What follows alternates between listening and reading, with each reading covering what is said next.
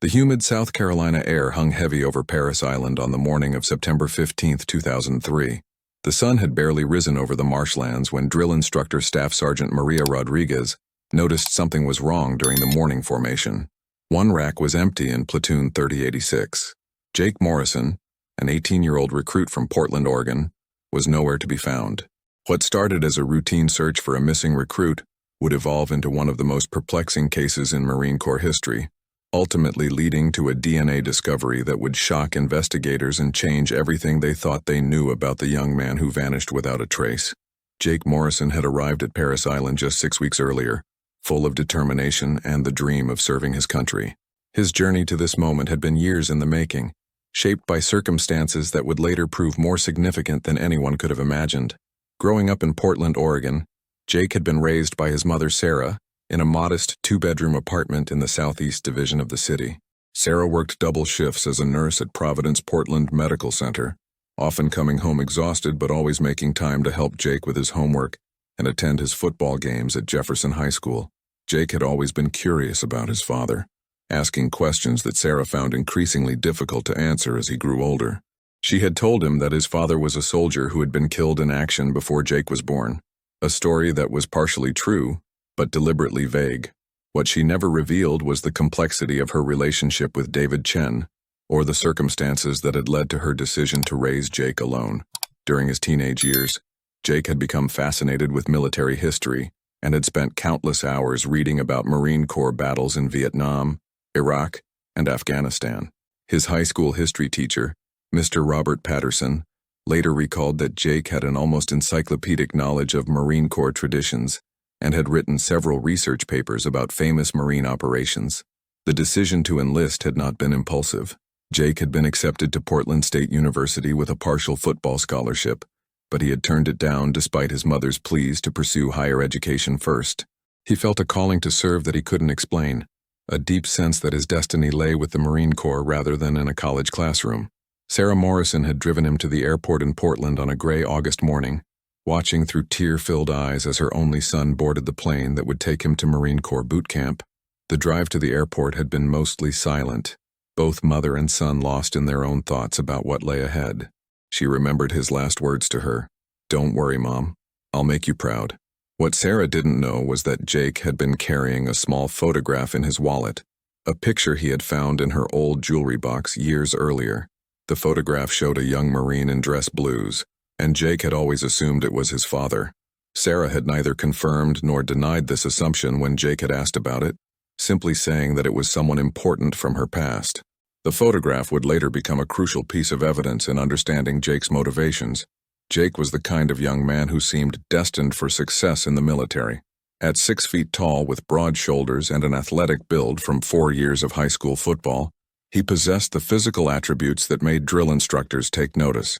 But more importantly, he had the mental toughness and unwavering determination that separated Marines from ordinary soldiers. His platoon mates described him as someone who never complained, never gave up, and always helped others when they struggled.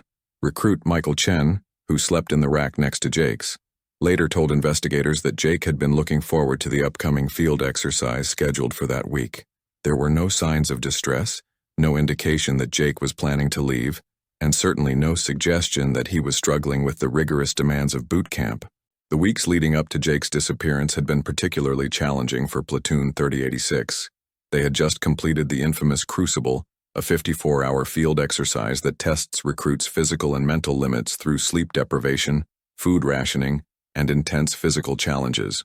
Jake had not only completed the Crucible successfully, but had emerged as an informal leader among his fellow recruits, helping several struggling platoon mates through the most difficult portions of the exercise. Drill instructor Staff Sergeant Rodriguez had noted in her weekly reports that Jake showed exceptional promise for leadership roles. She had been considering recommending him for squad leader position, a role typically reserved for recruits who demonstrated both physical excellence and the ability to motivate others. Jake's performance scores placed him in the top 5% of his training class. The night before his disappearance, Jake had written a letter to his mother, as was his custom every Sunday evening.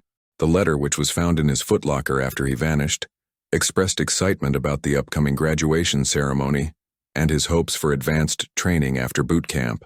He wrote about his desire to eventually become a drill instructor himself, following in the footsteps of the Marines who had shaped his own experience. What made Jake's disappearance even more puzzling was the timing. The recruits were just 3 weeks away from graduation, and Jake had already received his military occupational specialty assignment. He was scheduled to attend advanced infantry training at Camp Lejeune, North Carolina, followed by specialized combat training that would prepare him for deployment with a Marine Expeditionary Unit. The rigorous schedule at Parris Island made unauthorized absence extremely difficult. Recruits were accounted for every hour of every day, from morning revel at 500 hours until lights out at 2100 hours. The base was surrounded by marshlands and water, making it nearly impossible to leave undetected. Security checkpoints monitored all vehicle and pedestrian traffic, and guards patrolled the perimeter throughout the night. Jake's rackmate, Michael Chen, later provided investigators with detailed information about Jake's activities in the days leading up to his disappearance. Chen remembered that Jake had seemed slightly distracted during the week before he vanished, though he continued to perform at his usual high level during training exercises. Jake had mentioned receiving mail that week, though Chen didn't recall seeing any letters among Jake's personal effects when they were later inventoried. The discovery that Jake was missing sent shockwaves through the training depot. Parris Island had trained Marines for decades, and while recruits occasionally faced difficulties and sometimes left the program, it was virtually unheard of for someone to simply vanish without explanation. The base went into immediate lockdown as drill instructors and military police began a systematic search of every building, every hiding spot, and every possible location where a recruit might go. Staff Sergeant Rodriguez, a 12-year veteran who had trained hundreds of recruits, couldn't understand what had happened. She had been keeping a close eye on Jake because he showed such promise as a future Marine leader. During the weeks leading up to his disappearance, Jake had consistently scored high on physical fitness tests and had shown exceptional performance in combat training exercises. He was on track to graduate with honors and potentially earn a meritorious promotion. The initial investigation focused on the possibility that Jake had gone AWOL, a military term for leaving without permission. However, this theory quickly fell apart when investigators discovered that all of Jake's personal belongings remained untouched in his footlocker. His civilian clothes, family photographs, letters from home, and even the small amount of money he was allowed to keep were all exactly where he had left them. Most telling of all, his military identification and dog tags were missing, but everything else suggested he had simply vanished into thin air. The search expanded beyond the confines of Parris Island to include the surrounding areas of Beaufort County. Local law enforcement agencies joined the effort, deploying search teams with tracking dogs throughout the marshlands and wooded areas that surrounded the military installation. The terrain was challenging, with vast expanses of salt marsh, tidal creeks, and dense vegetation that could easily conceal a person. The search operation, designated Operation Find Jake by the base commander, became one of the largest missing person searches in South Carolina history. Over 500 personnel participated in the effort, including active-duty Marines, local law enforcement officers, Coast Guard personnel, and civilian volunteers. The search was coordinated from a temporary command center established in the base gymnasium, where maps covered every wall, and search teams received detailed briefings every 6 hours. Marine Corps K-9 units were brought in from bases across the southeast, including specialized tracking dogs trained to follow human scent trails even in challenging marsh environments. The dogs were given items from Jake's footlocker to establish his scent profile, and they worked in systematic grid patterns, covering every accessible area within a 30-mile radius of Parris Island. The underwater search component was particularly extensive, given the numerous waterways surrounding the island. Navy divers from the Charleston Naval Base joined Coast Guard rescue swimmers in searching the deeper channels and tidal pools where a person might have fallen or become trapped. The diving operations were complicated by strong currents, poor visibility, and the constant changes in water levels due to the semi-diurnal tidal cycle. Helicopters equipped with thermal imaging flew grid patterns over the area for days, while Coast Guard vessels searched the waterways around the island. The aerial search covered over 1,000 square miles, extending from the Savannah River in the south to the Charleston Harbor in the north. Pilots flew at low altitudes, sometimes just 200 feet above the tree line, to maximize the effectiveness of their thermal imaging equipment. The technology available in 2003, while advanced for its time, was limited compared to modern search capabilities. Thermal imaging could detect heat signatures but was less effective during daylight hours, when ambient temperatures reduced the contrast between human body heat and surrounding vegetation. Night flights were more productive, but the complex terrain and numerous false positive readings from wildlife made the searches incredibly time-consuming. Volunteers from the local community joined the effort, forming search parties that combed through every accessible area within a 20-mile radius of the base. Local churches organized meal services for the search teams, while businesses donated supplies and equipment. The Port Royal and Beaufort communities, which had long-standing relationships with Parris Island, rallied to support the effort to find the missing recruit. Marine veteran groups from across the southeast descended on the area to join the search. These men and women, many of whom had trained at Parris Island themselves decades earlier, understood the significance of leaving no Marine behind. Their knowledge of the local terrain and military procedures proved invaluable in organizing search efforts and maintaining morale among the volunteers. The search also extended into the digital realm, as investigators examined every piece of electronic communication associated with Jake's name. Phone records, email accounts, and even early social media platforms were scrutinized for any clue that might explain his disappearance. The investigation revealed that Jake had maintained minimal digital presence, consistent with the restricted communication policies for recruits in training. Despite these extensive efforts, no trace of Jake Morrison was found. The search operation officially concluded after 3 weeks, though smaller-scale efforts continued sporadically for months afterward.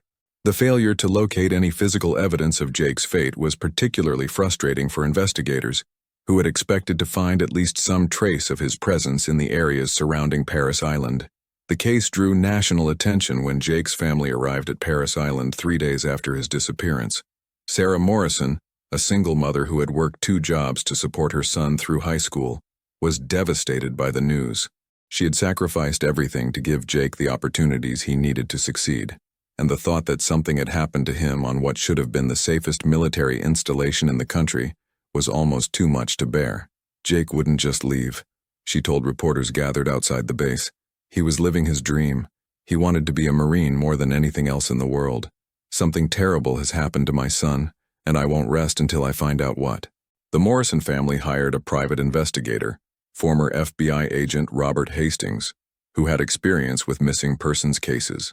Hastings began his own parallel investigation, interviewing Jake's platoon mates, drill instructors, and anyone else who had contact with the missing recruit in the days leading up to his disappearance. Hastings brought 25 years of federal law enforcement experience to the case, including specialized training in missing persons investigations and behavioral analysis. His approach differed significantly from the military's initial investigation, focusing on psychological factors and family dynamics rather than purely procedural aspects of Jake's disappearance.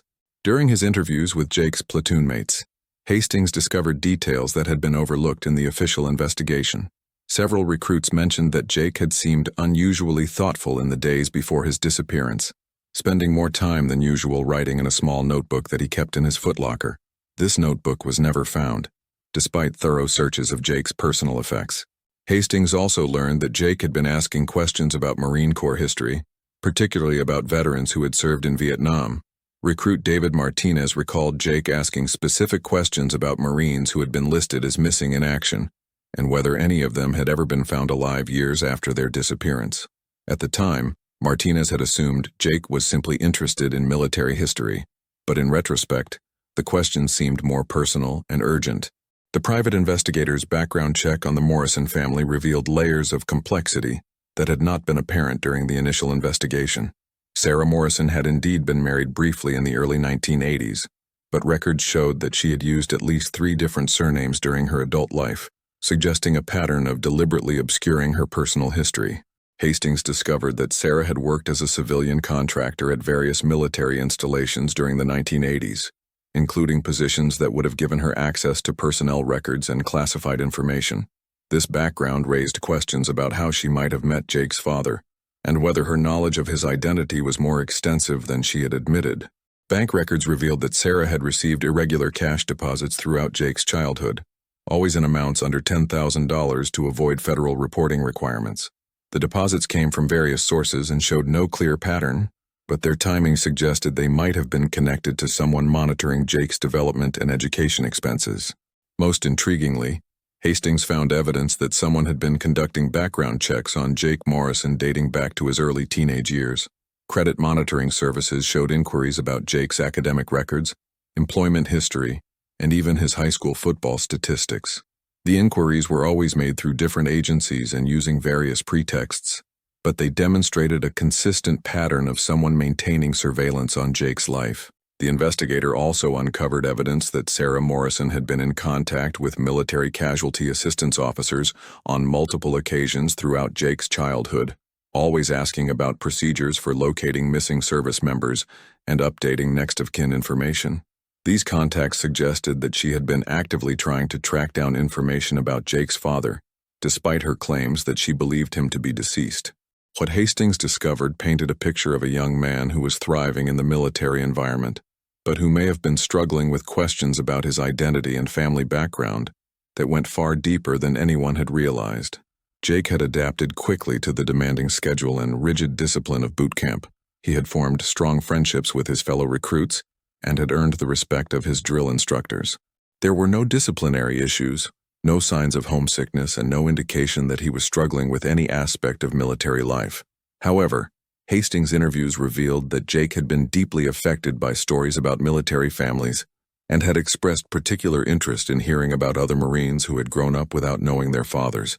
He had been an attentive listener whenever older Marines shared stories about their families, and he had asked thoughtful questions about how military service affected family relationships across generations. The psychological profile that emerged from Hastings' investigation suggested that Jake was a young man with a strong sense of duty and honor, but who was also searching for a deeper understanding of his own identity and place in the world. His decision to join the Marines seemed to be motivated not only by patriotism, but also by a desire to connect with his father's legacy, even though he knew very little about the man who had given him life. The investigation took an unexpected turn when Hastings discovered that Jake had received a mysterious phone call 2 days before his disappearance. The call had come through the platoon office during a scheduled time when recruits were allowed to receive emergency communications from family members. However, when investigators traced the call, they found that it had not come from anyone in Jake's known family or social circle. The phone number was traced to a payphone in Charleston, South Carolina, about 60 miles from Parris Island. Security cameras in the area where the payphone was located had been recycled, and there was no way to determine who had made the call. Even more puzzling, when investigators contacted Sarah Morrison about the call, she had no knowledge of it and insisted that she had not tried to contact Jake since his arrival at boot camp, following the strict communication protocols established by the Marine Corps. As weeks turned into months, the intensive search efforts gradually scaled back, but the investigation remained active. The Naval Criminal Investigative Service, known as NCIS, took over the case and assigned Special Agent Jennifer Walsh to lead the investigation. Walsh was a seasoned investigator with 15 years of experience in military criminal cases, and she was determined to find answers for the Morrison family. Agent Walsh approached the case from a different angle, focusing on Jake's background and family history, rather than just the circumstances of his disappearance. She discovered that Jake's father had left when he was very young, and that Sarah Morrison had been deliberately vague about the details of Jake's paternity. When pressed for information, Sarah became evasive and refused to provide details about Jake's father or his extended family background. This reluctance to discuss family history struck Agent Walsh as significant, especially given the mysterious phone call that Jake had received just before his disappearance. She began to suspect that Jake's disappearance might be connected to family secrets that had been hidden for years. The case remained unsolved as 2003 turned into 2004, and then into 2005. The Morrison family continued to push for answers, organizing annual remembrance events and maintaining a website dedicated to finding Jake. Sarah Morrison never gave up hope that her son might still be alive, somewhere, unable to return home for reasons she couldn't understand. It wasn't until the spring of 2019, 16 years after Jake's disappearance, that the case took a dramatic turn. A team of marine biologists conducting research in the salt marshes near Parris Island made an unexpected discovery. While collecting water samples in a remote tidal creek, one of the researchers noticed something metallic gleaming in the mud during a low tide. The object turned out to be a set of military dog tags, weathered and corroded from years of exposure to salt water, but still partially readable. The name stamped on the tags was unmistakable: Morrison, Jake E. The discovery was immediately reported to authorities, and within hours, NCIS agents were on the scene to recover the tags and begin a new phase of the investigation. The location where the dog tags were found was approximately 8 miles from Parris Island, in a remote area of marsh that had been searched multiple times during the original investigation. The tags had apparently been buried in the mud and had only become visible due to recent storms that had shifted the sediment in the creek bed. Agent Walsh, now a senior special agent with NCIS, was called back to reopen the case. The dog tags represented the first physical evidence related to Jake's disappearance that had been found since 2003, and she was hopeful that advances in forensic technology might finally provide answers. The tags were sent to the NCIS Forensic Laboratory for analysis. Despite their exposure to the elements for 16 years, technicians were able to recover trace amounts of biological material that could potentially yield DNA evidence. The process was painstaking and required the most advanced techniques available to extract usable genetic material from such degraded samples. The forensic analysis of Jake's dog tags represented a significant challenge even for the advanced NCIS laboratory. The tags had been subjected to 16 years of saltwater exposure, extreme temperature variations, and chemical corrosion that had degraded most organic material to microscopic levels. Traditional DNA extraction methods were insufficient for such compromised samples. Dr. Elizabeth Harper, the chief forensic geneticist at the NCIS laboratory, assembled a specialized team to work on the Morrison case. Dr. Harper had pioneered several techniques for recovering DNA from extremely degraded samples, including work with remains recovered from combat zones and disaster sites. Her expertise in analyzing minimal genetic material had helped solve numerous cold cases over her 15-year career. The initial examination of the dog tags under high-powered microscopy revealed that trace amounts of organic material had been preserved in microscopic scratches and indentations on the metal surfaces. These protected areas had shielded small amounts of biological material from the worst effects of environmental degradation, creating tiny repositories of potentially recoverable DNA. The extraction process required specialized equipment and techniques that pushed the boundaries of forensic science. The team used laser microdissection to remove individual cells from the protected areas of the tags, followed by whole genome amplification to increase the amount of genetic material available for analysis. This process was so delicate that even minor vibrations or temperature changes could destroy the samples. Working in a sterile environment with controlled atmospheric conditions, the forensic team spent 3 weeks extracting and amplifying genetic material from the dog tags. The process was complicated by the presence of environmental DNA from bacteria, plants, and marine organisms that had colonized the tags during their years in the marsh environment. Advanced sequencing technology allowed the team to distinguish between human DNA and environmental contamination, but the analysis required multiple rounds of testing to confirm results. The degraded nature of the samples meant that only partial genetic profiles could be recovered, requiring sophisticated statistical analysis to determine the probability of matches with known individuals. The laboratory also employed stable isotope analysis to determine the geographic origin of the materials found on the dog tags. This technique could reveal information about the diet, environment, and geographic location where the person had lived during the months before the biological material was deposited on the tags. While the laboratory work was being conducted, Agent Walsh reopened her investigation into Jake's family background. She had always suspected that there were secrets in the Morrison family history that might be relevant to the case, and now she was determined to uncover the truth. Agent Walsh's reinvestigation benefited from advances in digital record-keeping and database technology that had not been available during the original investigation in 2003. Military personnel databases had been digitized and cross-referenced, making it possible to search for connections and patterns that would have required months of manual research in earlier decades. The agent also had access to improved communication technology that allowed her to coordinate with international law enforcement agencies and access foreign databases that had previously been unavailable to U.S. investigators. This expanded capability was crucial for tracking the activities of someone like David Chen, who might have been living overseas under an assumed identity. Modern facial recognition software allowed Agent Walsh to compare photographs of Jake Morrison with images from military databases spanning several decades. The technology could identify facial structure similarities that might indicate family relationships, even when comparing images taken decades apart and under different conditions. Agent Walsh also employed psychological profiling techniques that had been refined since the original investigation. She worked with FBI behavioral analysts to develop a profile of the type of person who might contact a young recruit and convince him to leave a secure military installation. This profile would later prove crucial in understanding the dynamics of Jake's final night at Parris Island. Her investigation led her to military personnel records from the Vietnam War era.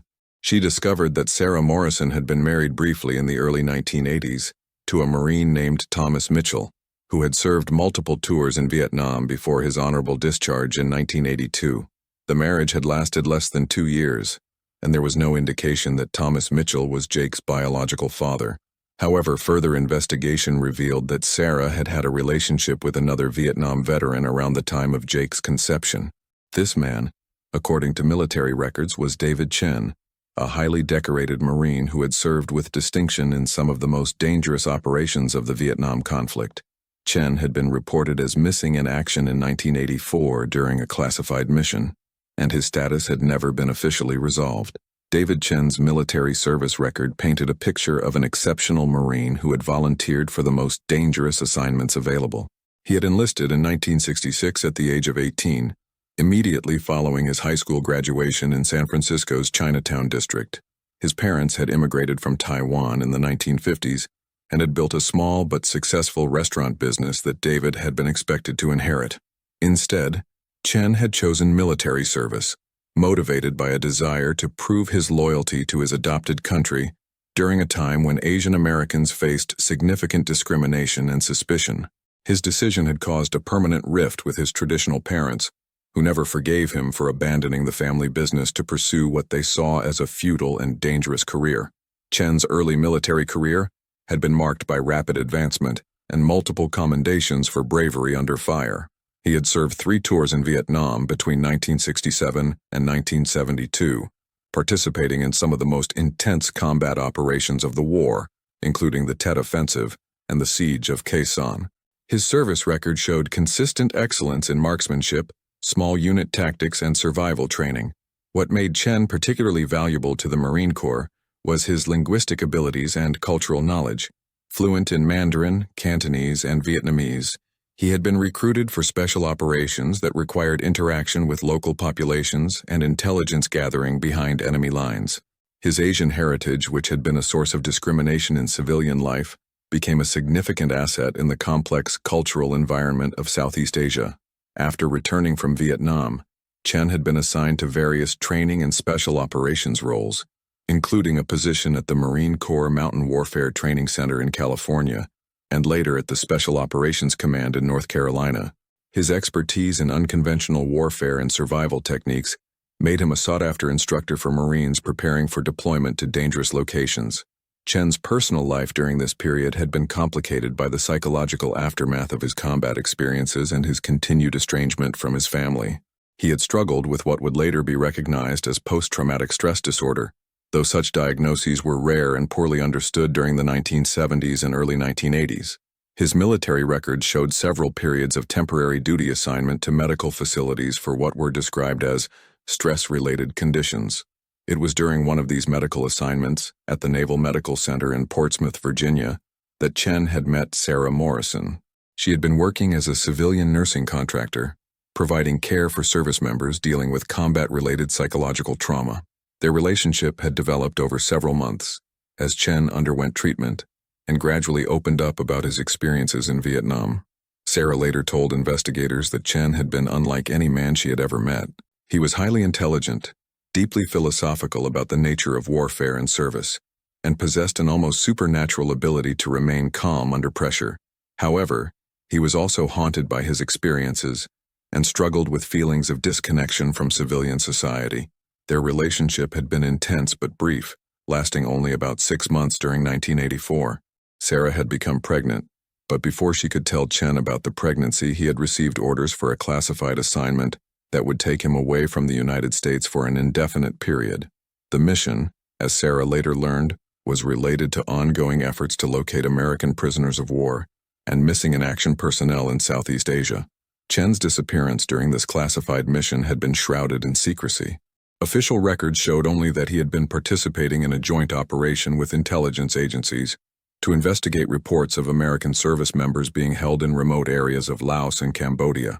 The mission had gone wrong, and Chen had been reported missing along with 2 other team members.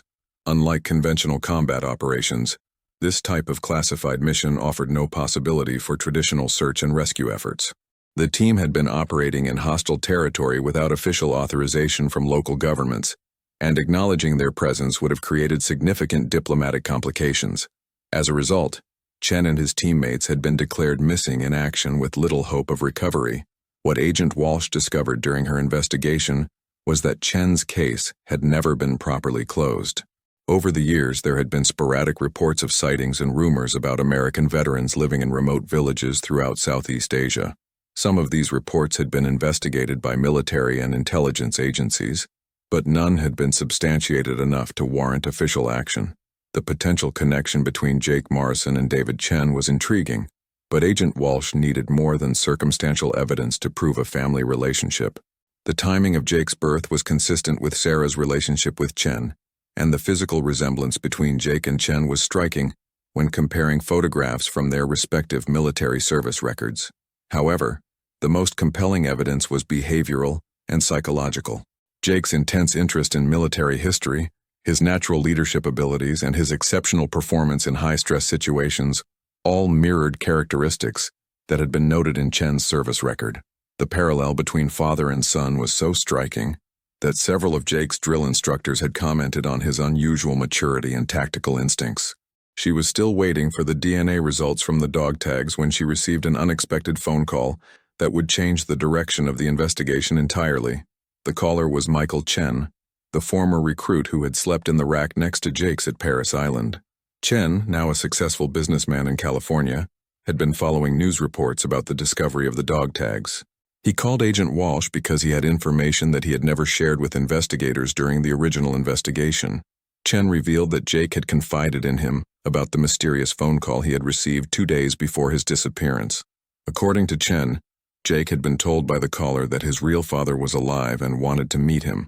The caller had claimed to have information about Jake's family background that his mother had never shared with him, and had arranged to meet Jake off base. This revelation was shocking, because it suggested that Jake had intentionally left Parris Island to meet with someone who claimed to be connected to his father. It also explained why Jake had taken his dog tags with him, but left everything else behind. He had expected to return to base after the meeting. Chen explained that he had not shared this information during the original investigation because Jake had sworn him to secrecy, and Chen had not wanted to get his friend in trouble for leaving base without permission. However, as the years passed and Jake never returned, Chen had come to realize that the information might be crucial to understanding what had happened. Armed with this new information, Agent Walsh began to piece together a theory about Jake's disappearance. She believed that someone had contacted Jake claiming to have information about his father, had arranged to meet him off base, and that something had gone wrong during that meeting. The location where the dog tags were found suggested that Jake had indeed left Parris Island and had traveled to the marshlands, possibly to meet with his mysterious contact. The DNA results from the dog tags arrived 3 weeks after they were sent to the laboratory. Agent Walsh was expecting the results to confirm that the tags had belonged to Jake Morrison, which would provide definitive proof that he had been in the area where they were found. However, the results contained information that no one had anticipated.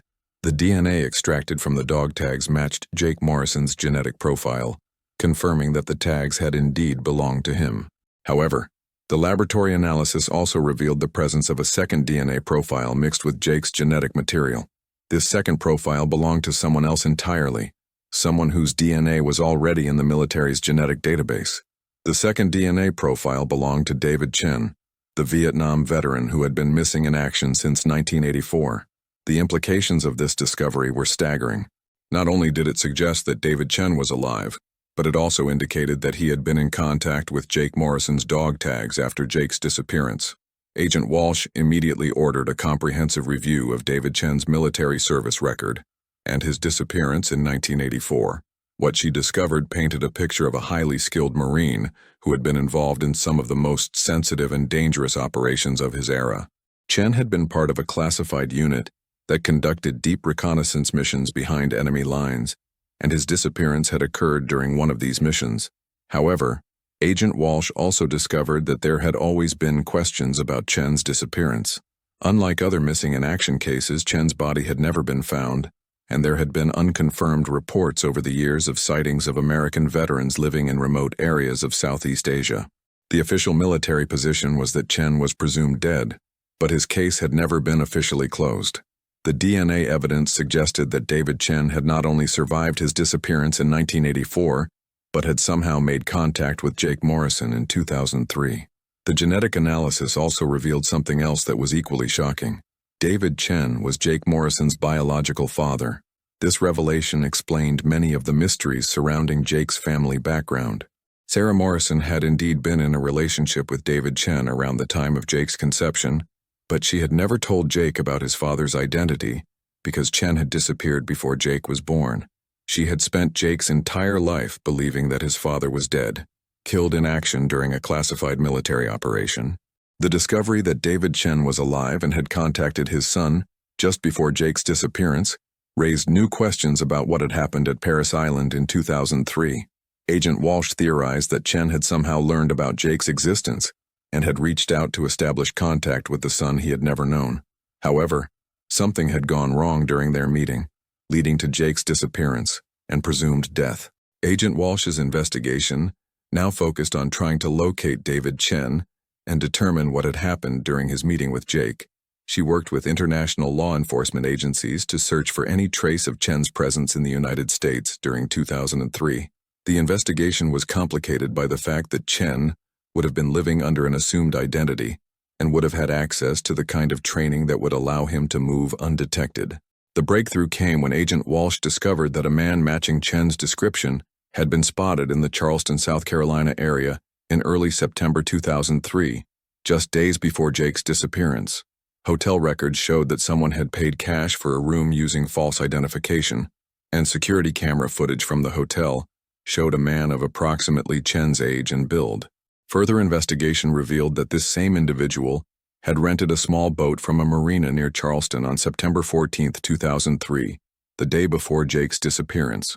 The boat had been returned 2 days later, but the rental record showed that it had been used for significantly longer than the few hours that would have been needed for a typical fishing trip.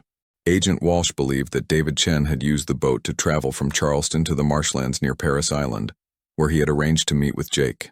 The remote location would have provided privacy for a father and son to meet for the first time, but it would also have been dangerous, especially if they were unfamiliar with the strong tidal currents in the area. The theory that emerged from the investigation was that Jake had left Parris Island on the night of September 14th to meet his father in the marshlands. They had spent time together, during which Jake's dog tags had somehow come into contact with his father's DNA. However, something had gone wrong during their meeting or during Jake's attempt to return to base. The strong tidal currents in the area were known to be dangerous, especially for someone unfamiliar with the local waters. It was possible that Jake had attempted to return to Parris Island by boat and had encountered difficulties that resulted in an accident.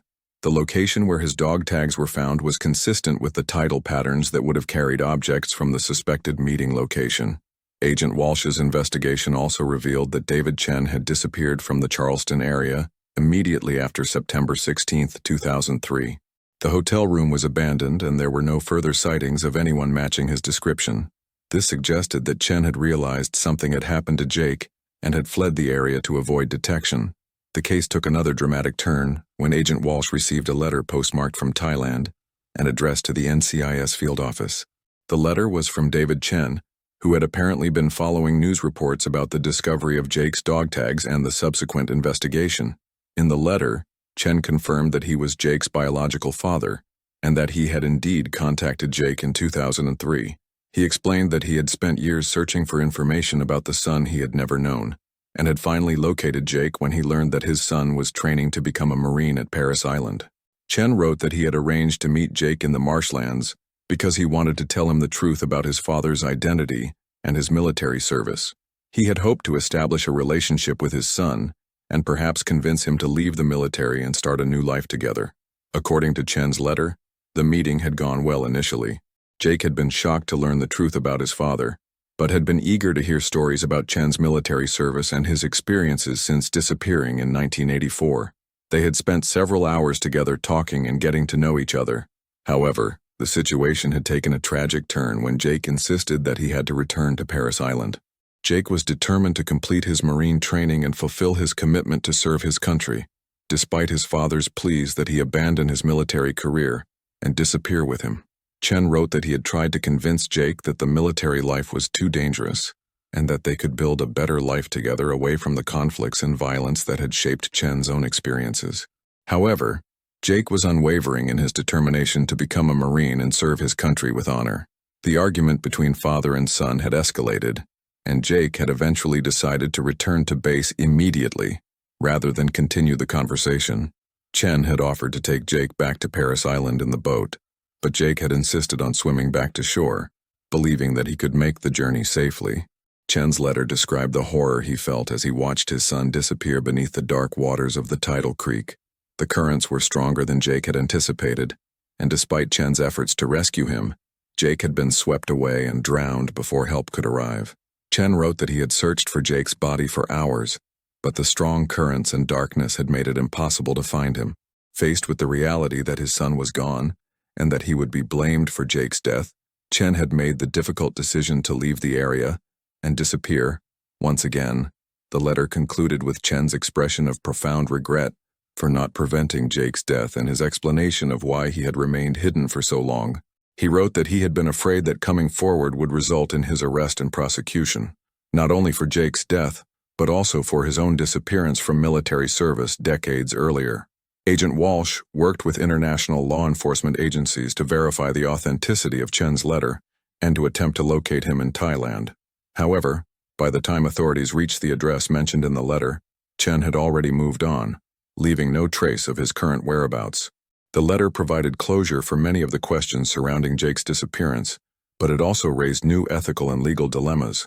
Chen's account of events suggested that Jake's death had been accidental, the result of a tragic miscalculation about his ability to swim in dangerous tidal waters. However, Chen's decision to cover up the incident and disappear had prevented Jake's family from learning the truth for 16 years.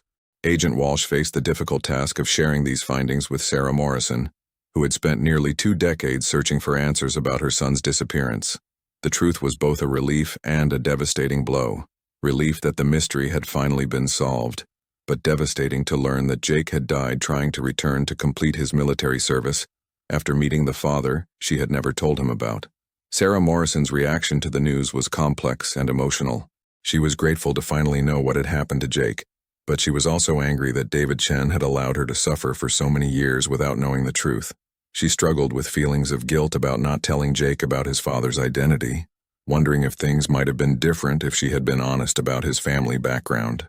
The NCIS investigation officially concluded that Jake Morrison had died accidentally while attempting to return to Parris Island after meeting with his biological father in September 2003.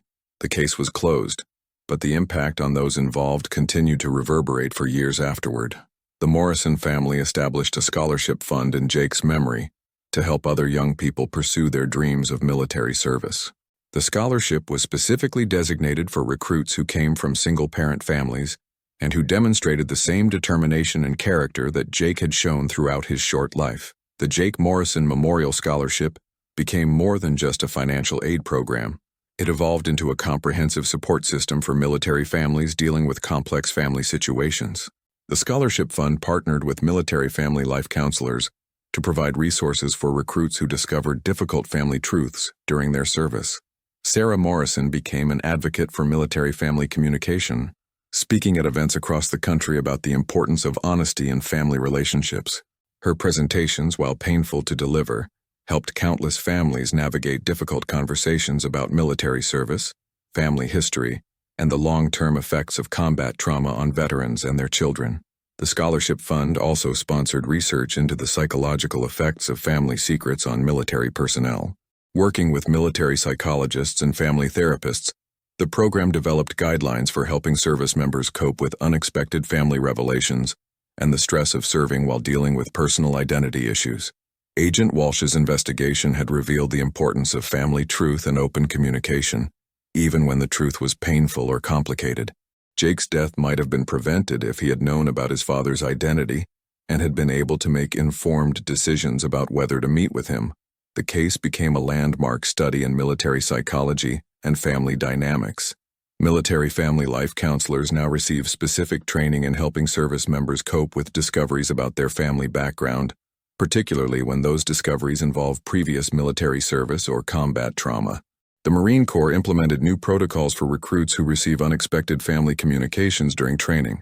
While maintaining operational security, the new procedures allow for supervised communication and counseling support when recruits face family crises or revelations that might affect their emotional stability. The case also highlighted the long-lasting impact of military service on veterans and their families. David Chen's experiences in Vietnam had shaped his entire life, leading to decisions that ultimately cost him the opportunity to know his son and contributed to Jake's tragic death. The Department of Veterans Affairs used the Morrison case as a foundation for developing new programs to help Vietnam-era veterans reconnect with families they had left behind due to combat trauma or other service-related issues. These programs recognized that the effects of military service often extended far beyond the individual veteran to affect children and grandchildren who had never met their military family members. Military chaplains and counselors began receiving specialized training in helping families deal with the aftermath of missing in action cases and the complex emotions involved when missing service members are discovered to be alive years or decades after their disappearance. The case also led to improvements in how the military handles classified missions and communicates with families about the risks involved. While operational security remains paramount, new procedures ensure that families have better understanding of the support available to them when their loved ones are involved in high-risk assignments. In the years following the case's resolution, Agent Walsh often reflected on the lessons learned from the Morrison investigation. The importance of thorough investigation, the value of advanced forensic technology, and the need to consider family dynamics and hidden relationships in missing persons cases all became part of her approach to future investigations. Agent Walsh went on to establish a specialized unit within NCIS focused on cold cases involving missing military personnel. The unit, informally known as the Morrison Team, has successfully resolved dozens of cases using techniques and approaches developed during the investigation into Jake's disappearance. The Morrison Team's work has led to the development of new database systems that track family connections across generations of military service. These systems help investigators identify potential family relationships that might be relevant to missing persons cases and provide early warning when family members with military backgrounds make contact with active duty personnel. Agent Walsh also pioneered the use of genetic genealogy in military missing persons cases, working with civilian genealogy companies to identify family connections that traditional military records might not reveal.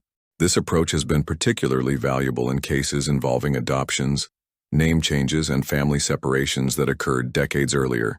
The story of Jake Morrison's disappearance became a cautionary tale within the military community about the importance of family communication and the dangers of keeping secrets from those we love.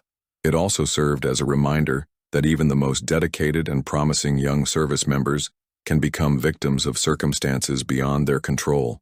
Military training programs now include specific instruction about the importance of maintaining family relationships and seeking appropriate counseling when dealing with family issues. Drill instructors and training staff receive education about recognizing signs that recruits may be struggling with family-related stress or identity issues. The case influenced changes in how the military approaches missing in action cases, particularly those involving classified operations. New protocols ensure that families receive more comprehensive support and that efforts to locate missing personnel continue using the most advanced technology available. David Chen was never located by authorities, and his current whereabouts remain unknown. However, his letter to NCIS provided the closure that the Morrison family had desperately needed for so many years. While the truth was painful, it allowed them to finally grieve for Jake and to honor his memory in a meaningful way. International law enforcement agencies continue to monitor for any signs of David Chen's presence, both out of legal obligation and out of hope that he might eventually choose to return to the United States. Several reported sightings over the years have been investigated, but none have been confirmed. The search for Chen has contributed to improved international cooperation in tracking missing military personnel. New agreements between the United States and several Southeast Asian countries have facilitated information sharing and joint investigations into cases involving Americans who may be living overseas under assumed identities.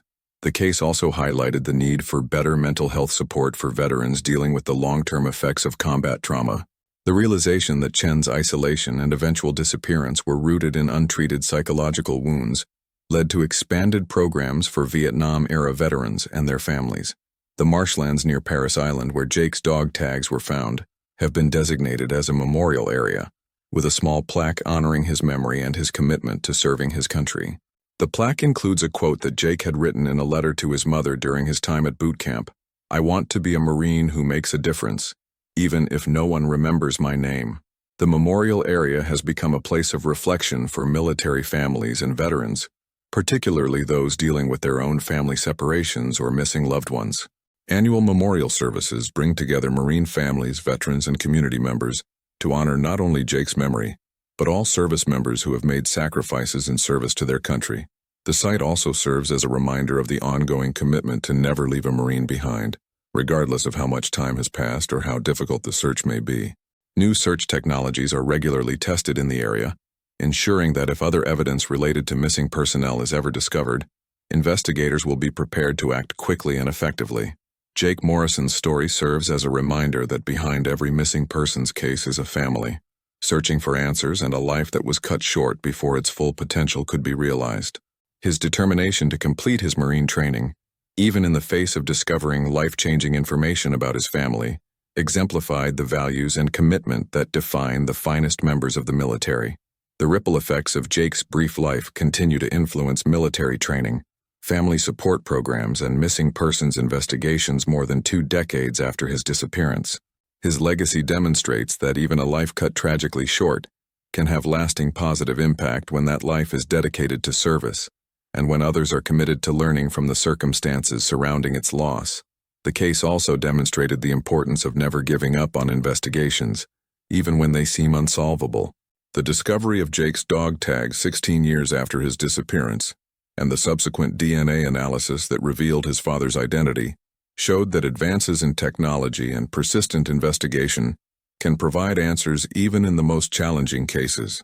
For the Marine Corps, Jake's story became part of the ongoing effort to support recruits and their families throughout the challenging process of military training. New protocols were established to ensure better communication between recruits and their families, and to provide resources for dealing with family emergencies or unexpected revelations that might occur during training. The legacy of Jake Morrison's brief life and tragic death continues to inspire those who hear his story. His commitment to serving his country, his determination to complete his training despite personal challenges, and his family's unwavering dedication to finding the truth serve as examples of the best qualities of the American spirit. In the end, the mystery of Jake Morrison's disappearance at Parris Island in 2003 was solved, not through traditional investigative methods, but through the combination of persistent investigation, advanced forensic science, and the power of truth to eventually emerge even from the deepest secrets. The DNA evidence found on his dog tags provided the key that unlocked a family secret that had been hidden for decades, ultimately revealing a story of love, loss, and the tragic consequences of well-intentioned deception. The case serves as a testament to the dedication of law enforcement professionals who refuse to give up on unsolved cases, the importance of families being honest with each other even when the truth is difficult, and the lasting impact that one person's life can have on others, even when that life is cut tragically short. Jake Morrison never got the chance to become the Marine he dreamed of being, but his story has touched the lives of countless others and has contributed to positive changes in how the military supports its recruits and their families. In that way, he achieved his goal of making a difference, even though his name is now remembered for reasons he never could have imagined.